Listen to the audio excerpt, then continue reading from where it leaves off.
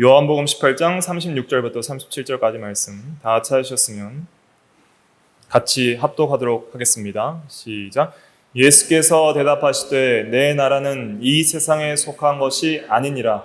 만일 내 나라가 이 세상에 속한 것이었더라면 내 종들이 싸워 나로 유대인들에게 넘겨지지 않게 하였으리라. 이제 내 나라는 여기에 속한 것이 아니니라. 빌라도가 이르되 그러면 내가 왕이 아니냐? 예수께서 대답하시되 내 말과 같이 내가 왕이니라. 내가 이를 위하여 태어났으며 이를 위하여 세상에 왔나니 곧 진리에 대하여 증언하려 함이로라. 무릇 진리에 속한 자는 내 음성을 듣느니라 하신대. 아멘. 저번 시간에 이어서 하나님의 나라와 그리스도의 통치라는 제목으로 계속 이어서 말씀을 증거하도록 하겠습니다. 잠깐 복습을 하면 하나님의 나라는 삼중적으로 살펴볼 수 있다 했는데, 첫째가 능력의 나라 혹은 권능의 나라라 할 수 있습니다. 이것은 하나님은 영계와 물질계, 보이는 세계와 보이지 않는 모든 세계, 천국과 지옥, 또 선한 천사나 악한 천사, 선인이나 악인이나 신자나 불신자나 다 하나님이 보존하시고 통치하신다. 그래서 하나님의 절대 주권 밖에 있는 것은 없다. 모든 것을 하나님께서 절대 주권으로 다스리시고 통치하신다라는 그러한 신학적 개념으로 모든 것을 다스린다는 의미로서 능력의 나라라 할 수 있습니다. 그래서 모든 것은 하나님이 통치하신다. 그래서 나라라는 것은 역동적, 움직이는 이 통치의 개념입니다. 원어적으로도 그렇고 신학적인 의미도 그렇습니다. 그래서 하나님이 왕이시고 왕으로서 모든 피조 세계를 친히 다스리신다라는 것이 나라의 개념인데, 다스림을 받지 않는 존재는 없다라는 그런 가장 큰 넓은 의미에서 능력의 나라라는 그런 표현을 씁니다. 능력의 나라 안에는 모든 것이 하나님의 통치 안에 있지만, 그러나 실제적으로 그 통치를 자원하여 순종하고 하나님을 사랑하고 참으로 하나님의 백성으로서 하나님을 왕으로 섬기는 자들은 오직 그리스도 안에서 구원받은 성도들과 선한 천사들밖에 없기 때문에, 그런 자원하여 하나님을 왕으로 섬기는 세계가 또 있습니다. 그것은 자원하는 자들 안에 임하는 그런 내적이고 영적인 통치인데, 그러한 통치가 하나님의 은혜로 말미암아 구원받은 성도 안에서 이루어지기 때문에, 특별히 구원받은 성도 안에, 특별히 교회 안에서 하나님을 왕으로 섬기는 신자들 안에 보이지 않게 영적으로 내적으로 임하는 하나님의 참된 통치가 있으니 그것을 신학적으로 은혜의 나라라 이렇게 표현을 하는 것입니다. 그래서 예수님께서 내 나라는 여기에 속한 것이 아니니라, 이 세상에 속한 것이 아니니라 할 때 이 나라는 바로 은혜의 나라를 가리키는 것이죠. 무릇 진리에 속한 자만이 이 나라에 있는데 진리에 속한 자는 내 음성을 듣느니라 그랬습니다. 그러나 이 세상이라는 것은 권능의 나라 안에 이 완전히 통치에 복종하지 않는 그러한 세력들을 가리켜서 또 이 세상이라 할 수 있는 것이죠.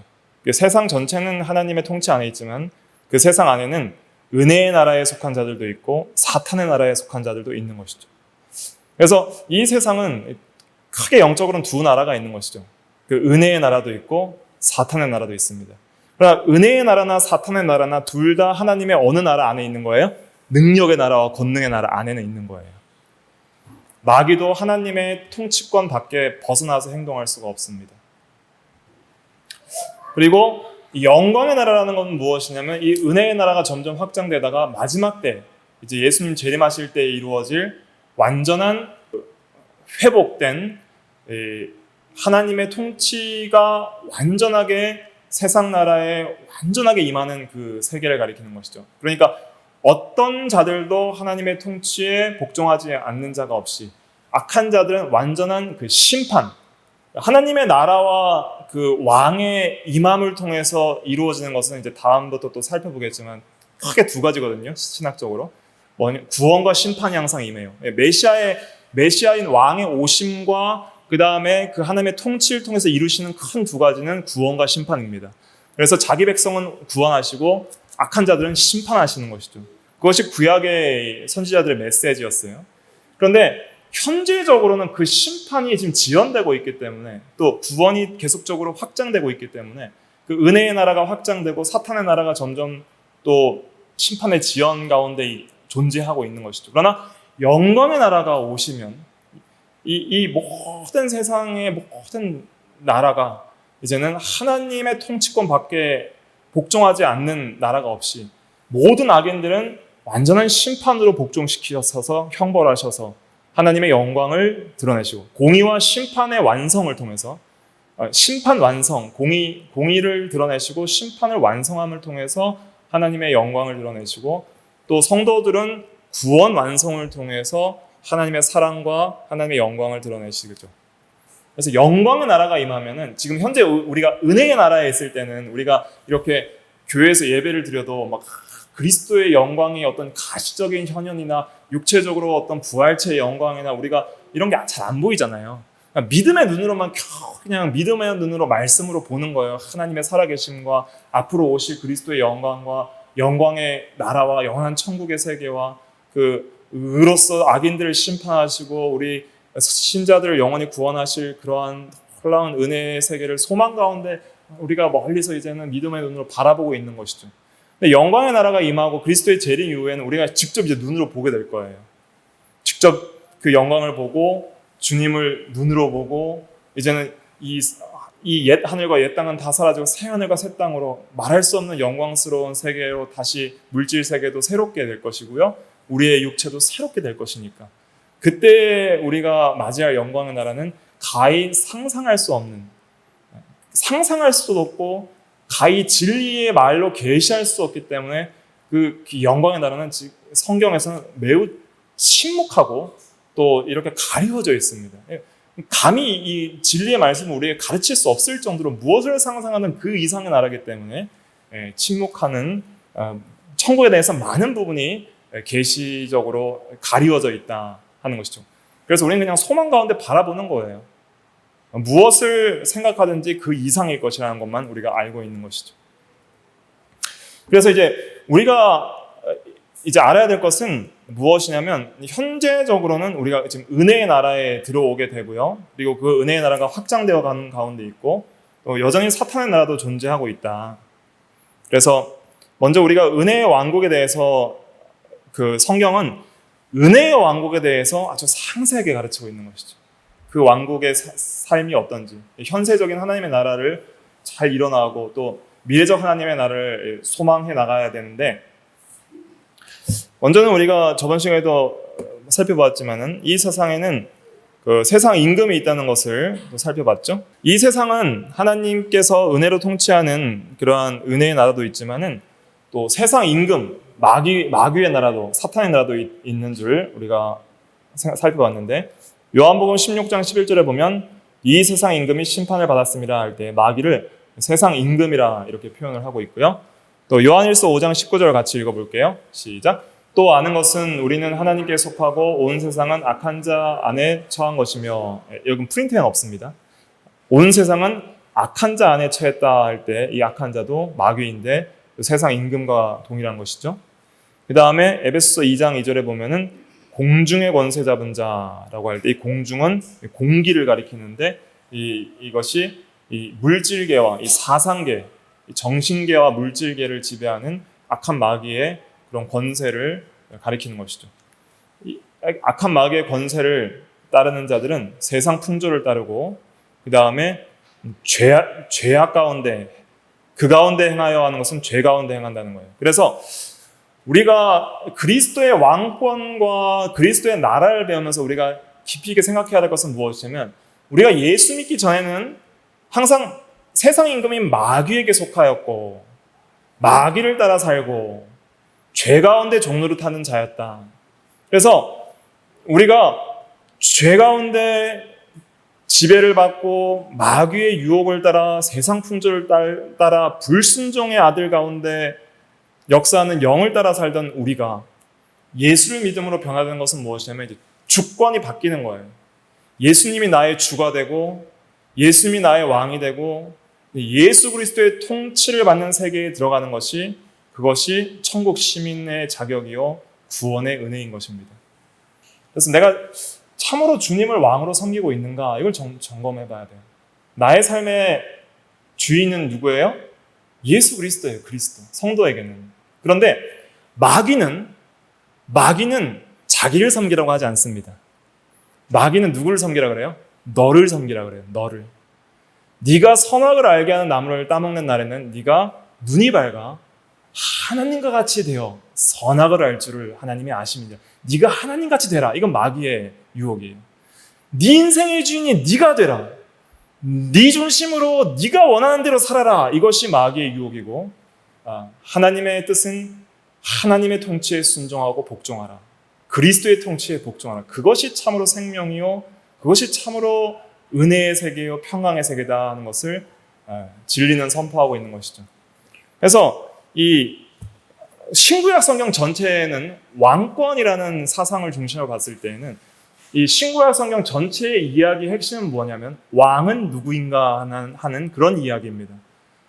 왕은 누구인가? 원래 왕은 하나님이셨는데 사탄의 유혹으로 인간이 자기를 왕으로 섬기기 시작했다. 그것이 타락이고 다시 한번 그리스도 여자의 후손 그리스도를 통해서 사탄의 권세를 무찌르고 자기를 주인으로 삼는 그러한 불순종의 자녀들이 다시 예수 그리스도를 통하여 하나님을 왕으로 섬기는 세계에 들어가는 것이 구원이라 이렇게 일컫는 것이죠.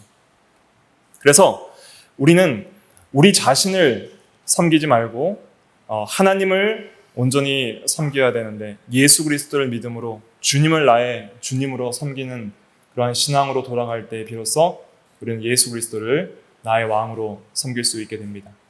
그래서 그리스도를 나의 왕으로 섬기는 세계가 뭐냐면 그것이 천국이에요.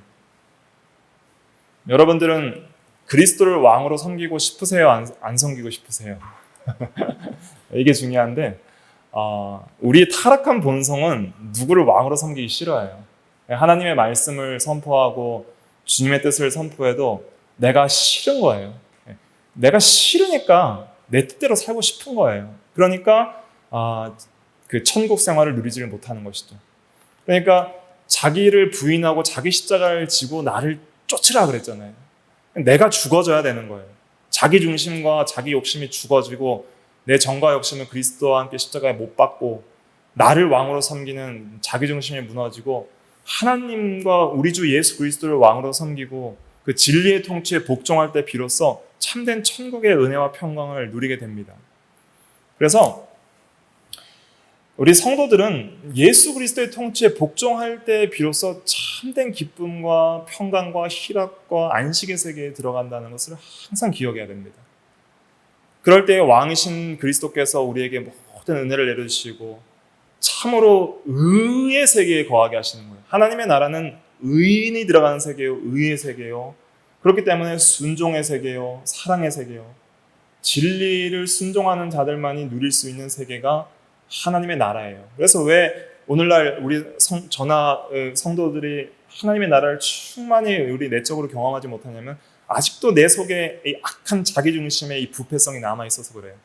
계속 자기중심으로 하나님의 말씀, 진리를 거스르니까 그 나라에서 주시는 하나님의 성령 안에서 주시는 의와 평강과 희락을 누리지를 못하는 것이죠. 그래서 우리가 항상 하나님의 말씀을 은혜 가운데 순종할 때 이 천국을 누릴 수 있다는 것을 기억을 해야 됩니다. 저번 시간에 말씀드린 걸 짧게 또 복습을 드리면 이 은혜의 왕국은 누가 들어가요? 물과 성령으로 거듭난 자들이 들어갈 수 있어요. 물과 성령으로 나지 아니하면 하나님의 나라에 들어갈 수 없다. 그래서 물은 진리라 그랬죠. 진리. 그래서 에베소서 5장 26절 참 중요한 요절입니다. 같이 다시 한번 읽어볼게요. 시작. 이는 곧 물로 씻어 말씀으로 깨끗하게 하사 거룩하게 하시고, 물로 씻어 말씀으로 깨끗하게 하사 하니까 물이 말씀인 거예요. 그렇기 때문에 말씀과 성령으로 우리가 거듭난다. 다시 난다는 겁니다. 거듭난다는 건 중생, 다시 태어남. 영적으로 다시 태어나야만이 하나님의 나라에 들어갈 수 있고요. 그리고 하나님의 나라에 들어간 사람은 반드시 말씀과 성령의 통치를 받게 되어 있다. 이것을 우리가 기억을 해야 됩니다. 말씀과 성령으로 그리스도께서 은혜의 왕국을 통치하십니다. 그래서 성령을 따라 행하여라. 성령을 통해 다스리시고요. 또 진리 가운데로 인도하신다. 진리로 다스리시고 진리에 속한 자들은 내 음성을 듣느니라 했으니까 진리로 다스리시는 것이고 성령으로 통치하시는 것입니다. 그리고 이 은혜의 왕국은 영적인 나라요. 보이지 않는 세계요. 우리 안에 있는 우리 성도의 심령 안에 있는 그런 내적으로 역사하는 그리스도의 왕적 통치라고 말씀을 드렸습니다. 그래서 이제 이 은혜의 나라에 있어서 그리스도의 통치가 말씀과 성령으로 이루어진다 그랬는데 오늘 이 시간에는 그 말씀과 성령으로 이루어지는 그리스도의 통치에 대해서 성경을 통해서 조금 더 자세하게 살펴보도록 그렇게 하겠습니다. 우리가 말씀을 잘 받는 것이 먼저 중요합니다. 말씀의 통치를 받으려면 말씀을 잘 받아야 돼요. 말씀은 마치 씨와 같아요. 씨. 뿌리는 씨와 같고 우리의 마음은 뭐와 같아요? 밭과 같은 거예요. 그래서 말씀의 씨가 밭에 뿌려질 때 그 밭이 잘 씨앗을 받아서 품어야지 열매를 맺는 것이죠.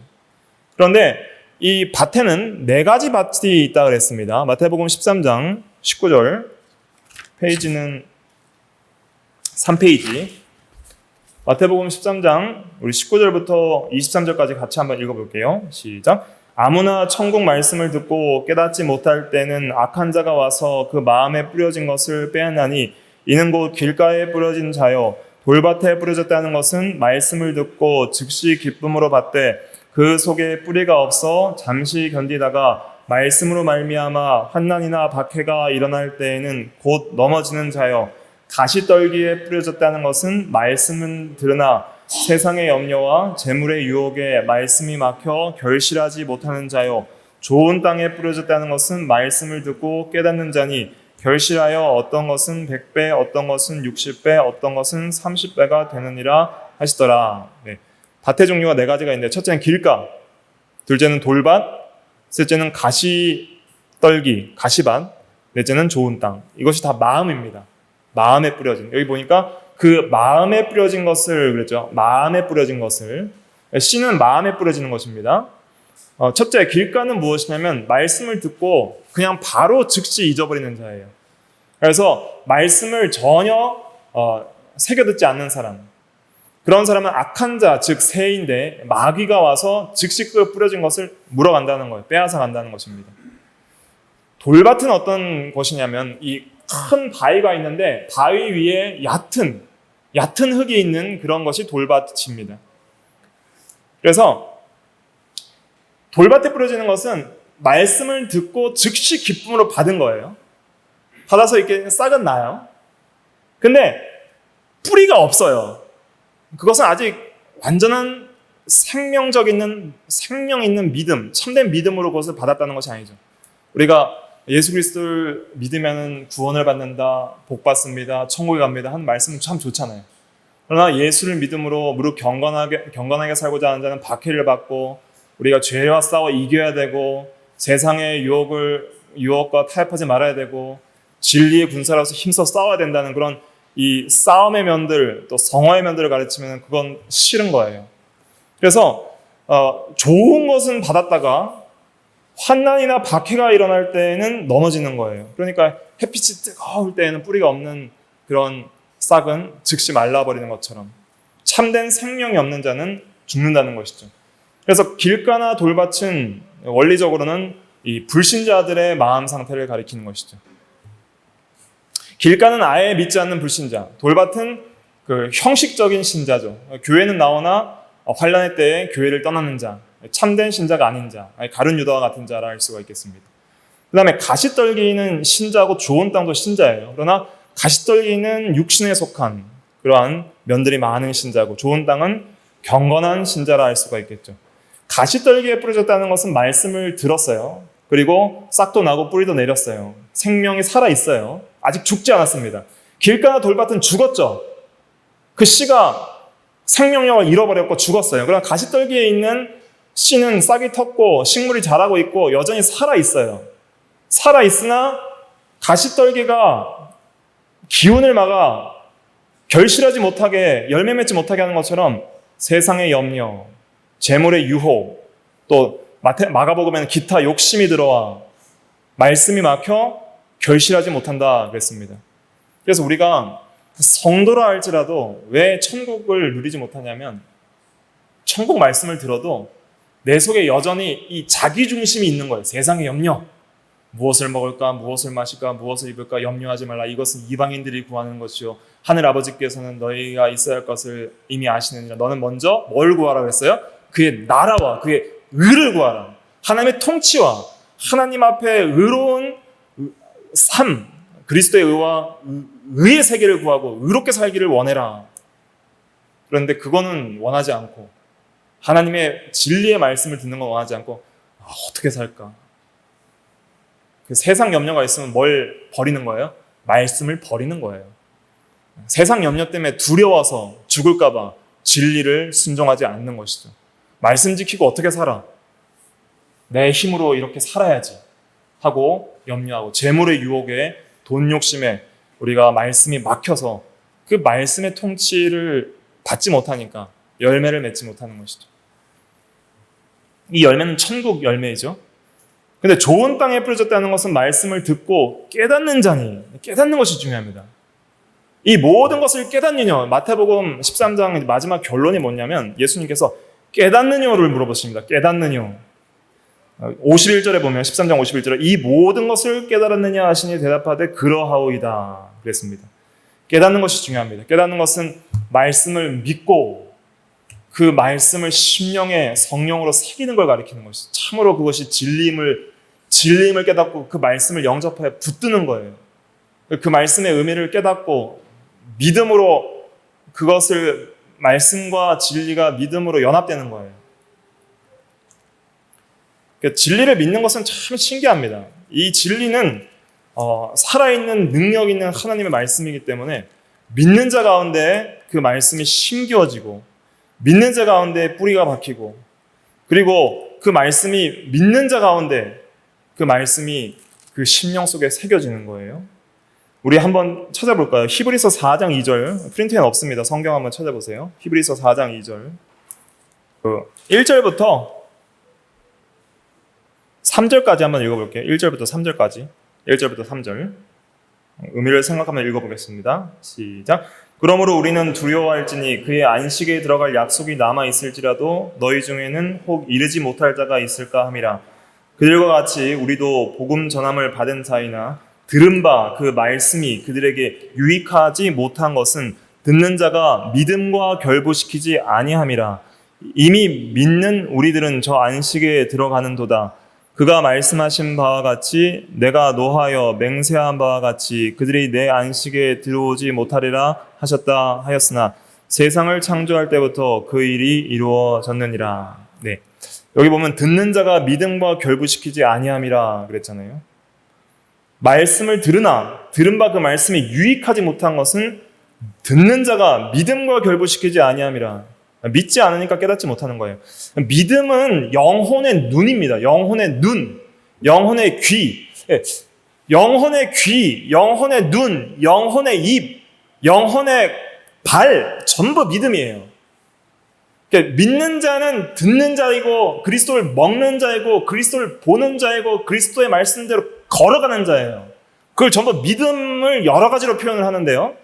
그래서 믿음은 영혼의 귀이고 영혼의 눈이기 때문에 이 말씀을 깨닫는 자는 이 믿음의 눈으로 그 진리를 바르게 보고 그 진리를 바르게 이해하고 붙드는 자이죠.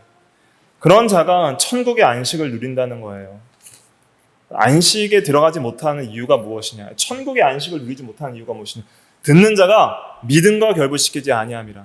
여러분들이 한 가지 씨앗의 말씀이라도 내가 확실한 믿음으로 붙들고 그 진리를 위해서 죽기까지 순종해 보세요. 그러면 그 진리 안에서 역사하시는 하나님의 통치가 그 심령 가운데 임하게 되고 그러한 심령 안에는 하나님의 천국의 은혜의 통치가 임하게 되는 거예요. 그렇기 때문에 그 천국을 누리는 자 안에는 참으로 하나님 나라의 의와 평강과 희락이 넘치는 것이죠. 세상에 감당할 수 없는 은혜를 받는 거예요. 믿지 않는 자들은 절대로 알 수 없는 진리입니다. 그 말씀이 믿는 자 가운데 역사하느니라 그랬잖아요. 데살로니가 전서 2장 13절에. 믿으셔야 됩니다. 믿어야 들어가고, 믿어야 보고, 믿어야 누리는 것이 하나님의 나라예요.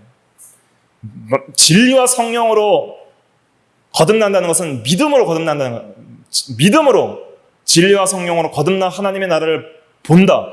너희가 거듭나지 아니하면 하나님 나라를 볼 수 없느니라 그랬고, 거듭나지 아니하면 하나님 나라에 들어갈 수 없느니라 그랬고, 그렇기 때문에 우리가 믿음으로 들어가고 믿음으로 보는 세계가 하나님의 나라요, 또 믿음으로 누리는 세계가 하나님의 나라다 하는 것을 기억해야 됩니다.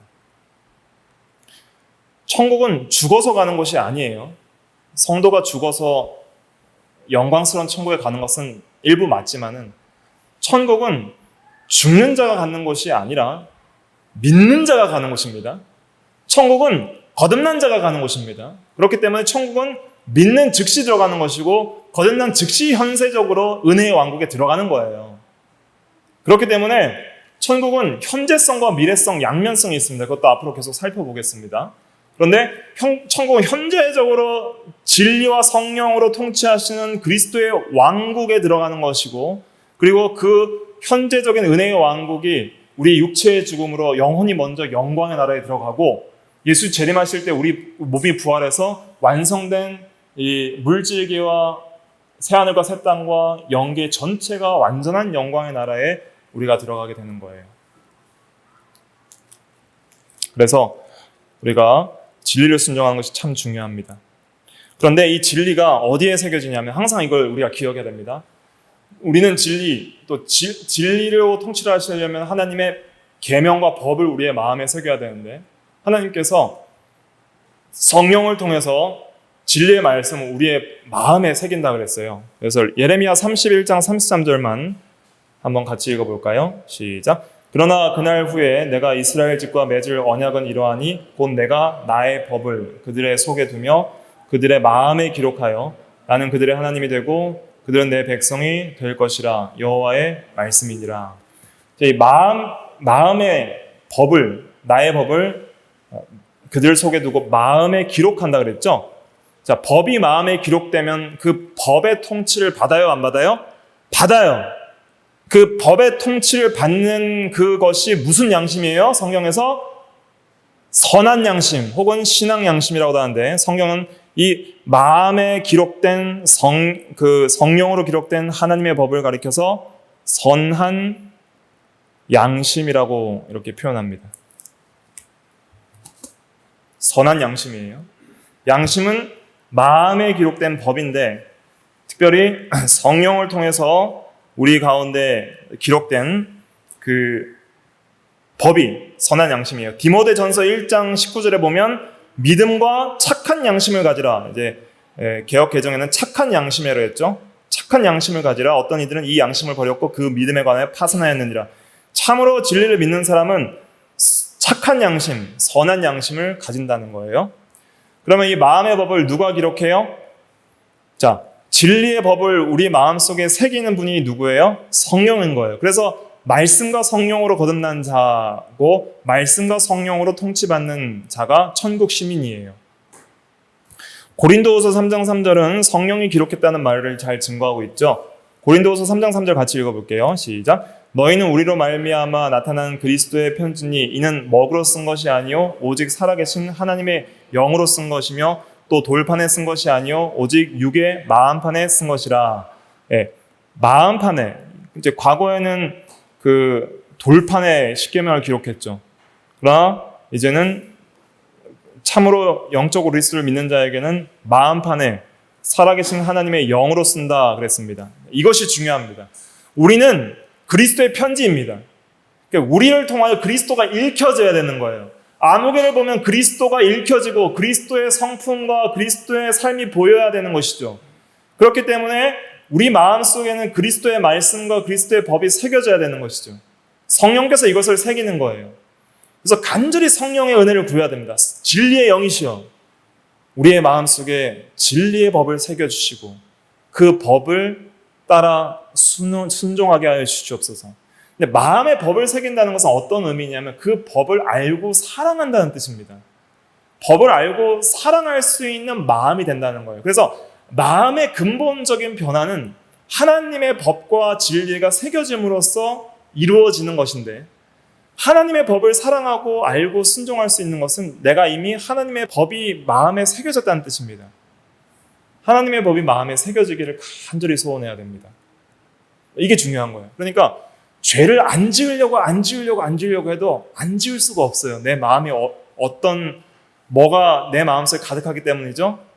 가시나무가 가득해요. 가시나무가 가득하기 때문에 세상의 염려와 재물의 유혹과 기타 욕심이 이 가시밭과 같이 마음속에 막 박혀 있어요. 그러려면 그거 제거하려면 어떻게 해야 돼요? 기경을 하라고 그러잖아요. 기경을. 뿌리 뽑아야 되는 거예요. 그 죄악의 요소들을 기경을 해서 뿌리를 뽑고 갈아엎고 옥토를 만들어야 되는 거예요. 회개를 통해서 옥토를 만들고 간절한 기도와 진리를 사모하는 마음을 통해서 말씀을 계속 마음에 심어야 돼요. 그러면 마음밭이 변하게 되어 있어요. 옥토가 되어 있어요. 가시나무가 뿌리를 깊이 박으면은 말씀을 심어도 그게 안 자라나요. 그렇기 때문에 가시밭을 갈아엎어야 돼요. 엎고 그 다음에 거기에 말씀을 많이 심으면 그것이 30배, 60배, 100배 결실을 맺고 열매를 맺으면 그 열매가 또 뭐가 돼요? 씨앗이 돼서 온 땅에 퍼지는 거예요. 그냥 말씀을 마음에 새기면 새길수록 많은 씨앗이 퍼져서 점점 진리의 마음으로 변화되고, 그래서 성경의 진리라는 게 참 신기한 게 처음에는 뭐 하나 둘 정도 깨닫던 마음들이요, 신구약 성경 전체를 교리 공부도 많이 하고 진리를 사모해서 성경 읽기도 열심히 하고 또 예배에 참여해서 하나님의 은혜를 구하고 성령의 조명을 구하고 깨달음을 구하다 보면 언제부턴가 몰랐던 그 진리들이 점점 막 연결되기 시작합니다. 성경론, 신론, 인간론, 기독론, 구원론, 교회론, 종말론, 창세부터 계시록의 전체 성경의 진리들이 마음 안에서 성령의 조명 안에서 하나로 싹 연결되면서 그 빛이 신구약 성경을 확 통과하면서 이 진리의 세계가 확 열리는 거예요. 확 열리면서 이것이 생명길이구나 하는 것이 확 보이기 시작하는 거예요. 그러니까 어떻게 가야 될지를 잘 알게 되는 것이죠. 그래서 주의 말씀은 내 길의 빛이요 내 발의 등불이니이다 라고 시편 119편 105절에 그렇게 말을 했던 것이죠. 생명길이 싹 보이는 거예요. 그런 놀라운 천국길이 싹 보이는 거예요. 그런 은혜들이 있어야 됩니다. 그러니까 그러한 그 진리의 깨달음의 은혜들을 받게 되면은 이 세상이 감당할 수 없는 놀라운 기쁨과 평안과 즐거움을 그 진리의 세계에서 얻게 되는 거예요. 그래서 진리가 참으로 중요한 겁니다. 진리를 사모하는 우리가 다 돼야 됩니다. 그래서 우리가 이제는 이 진리를 미워했고 또 복종할 수 없었지만은 이제 성령을 통해서 우리가 진리를 순종하고 복종할 수 있는 사람이 된 것, 이것이 참으로 감사한 일입니다. 4페이지 마지막에 볼게요. 4페이지 마지막에 그들은 전에는, 즉 우리 예수 믿기 전에 하나님을 미워했고 그랬죠? 하나님의 율법에 복종할 수 없었지만 이제 자신들의 죄를 위한 그리스도의 죽음의 능력으로 말미암아 그들 안에 내주하는 생명을 주시는 그리스도의 영을 힘입어 율법을 자원하여 순종하게 되는 것이죠. 자, 로마서 8장 1절부터 8절까지 한번 같이 읽어볼게요. 시작. 그러므로 이제 그리스도 예수 안에 있는 자에게는 결코 정죄함이 없나니 이는 그리스도 예수 안에 있는 생명의 성령의 법이 죄와 사망의 법에서 너를 해방하였음이라. 율법이 육신으로 말미암아 연약하여 할 수 없는 그것을 하나님은 하시나니 곧 죄로 말미암아 자기 아들을 죄 있는 육신의 모양으로 보내어 육신의 죄를 정하사 육신을 따르지 않고 그 영을 따라 행하는 우리에게 율법의 요구가 이루어지게 하려 하심이니라. 육신을 따르는 자는 육신의 일을, 영을 따르는 자는 영의 일을 생각하나니 육신의 생각은 사망이요 영의 생각은 생명과 평안이니라. 육신의 생각은 하나님과 원수가 되나니 이는 하나님의 법에 굴복하지 아니할 뿐 아니라 할 수도 없음이라. 육신에 있는 자들은 하나님을 기쁘시게 할 수 없느니라. 네. 그래서 예수 그리스도 안에 있는 생명을 살리는 성령의 법은 권능이라고 그랬죠. 성령의 권능, 생명을 살려내는 성령의 권능이 죄와 사망의 법에서 우리를 해방하여서 성령과 말씀으로 우리를 우리의 생명을 살려주셨고, 이제는 거듭나게 하셔서 이제는 육신을 따르지 않고 영을 따라 행하는 우리에게 율법의 요구인 그 법의 요구가 이제는 온전히 이루어지게 하셨습니다. 이 영은 성령을 가리킵니다. 성령을 따라 행하여라. 그래야만 육체의 욕심을 이루지 아니하리라. 갈라디아서 5장 16절에 말했죠. 그러면서 성령을 따라 행하는 자들은 이제는 진리의 법을 온전히 순종할 수 있는 그러한 의로운 자, 능력 있는 자가 됩니다. 생각이 중요합니다. 생각. 육신을 따르는 자, 이 육신이라는 것은 육체의 욕심을 가리킵니다. 육체 안에 있는 자기중심의 욕심, 가시밭과 같은 욕심을 따르는 자는 육신의 일을 생각합니다. 어떻게 하면 내 육체를 즐겁게 할까? 가룟유다가 죄를 지을 예습할 기회를 찾은 것처럼 그 육신의 기회와 육신의 일을 생각합니다. 그러나 성령을 따르는 자는 영의 일을 생각합니다. 하나님의 일을 생각하고 진리의 일을 생각하고 영적으로 은혜 받을 수 있는 일을 생각합니다. 육신의 생각은 뭐예요? 사망이고 영의 생각은 뭐예요? 생명과 평안이에요. 생명과 평안이 천국의 은혜잖아요. 그러니까 생각이 참 중요하다 하는 것을 알 수 있죠. 생각이 진리에 부합한 생각이고 성령을 따르는 생각인가 의로운 생각인가 하는 것이 참 중요합니다. 육신의 생각은 하나님과 원수가 된다는 것은 하나님에 대한 적의니, 즉 하나님을 미워하는 것이다 그랬습니다. 육신의 생각은 하나님을 미워하는 것이 된다. 그렇기 때문에 하나님을 미워하는 자가 하나님의 법에 굴복할 수 있어요, 없어요? 굴복하지 아니할 뿐 아니라 할 수도 없습니다. 왜 하나님의 법을 우리가 안 지킬까요? 그것은 내가 그 법을 미워하기 때문입니다. 왜 그 법을 미워할까요? 내 안에 육신의 생각을 갖고 있기 때문입니다. 그러므로 그 육신의 생각을 그리스도와 함께 십자가에 못 박아 죽이는 생활을 해야 되는 거예요. 그게 예수 믿는 거예요. 예수 믿는 도는 죽고 사는 도예요. 그리스도와 함께 죄에 대하여 죽고 그리스도와 함께 의와 생명에 대하여 하나님에 대하여 사는 것. 십자가와 부활이 그거예요.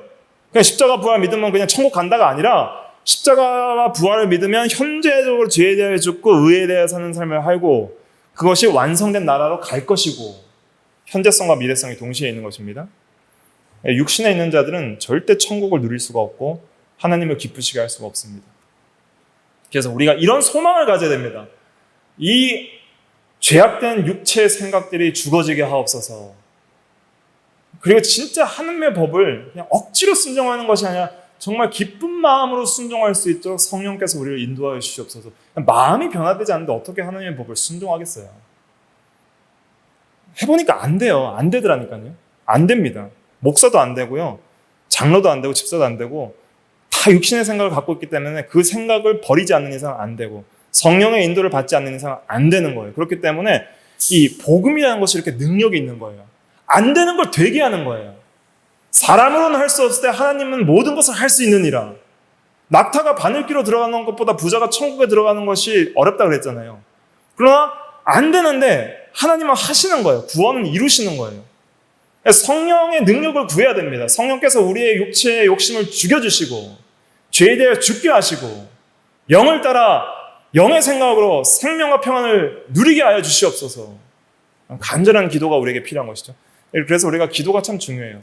기도를 통해서 하나님의 은혜를 구하지 않으면 절대 이 역사는 이루어지지 않습니다. 그래서 기도는 성도의 능력이고 권세인 거예요. 하나님의 천상적인 능력을 힘입는 그러한 특권이 기도에 있는 것이죠. 기도하는 자는 마귀가 건드릴 수 없습니다. 왜 베드로가 또 다른 사도들이 시험의 때에 다 도망갔습니까?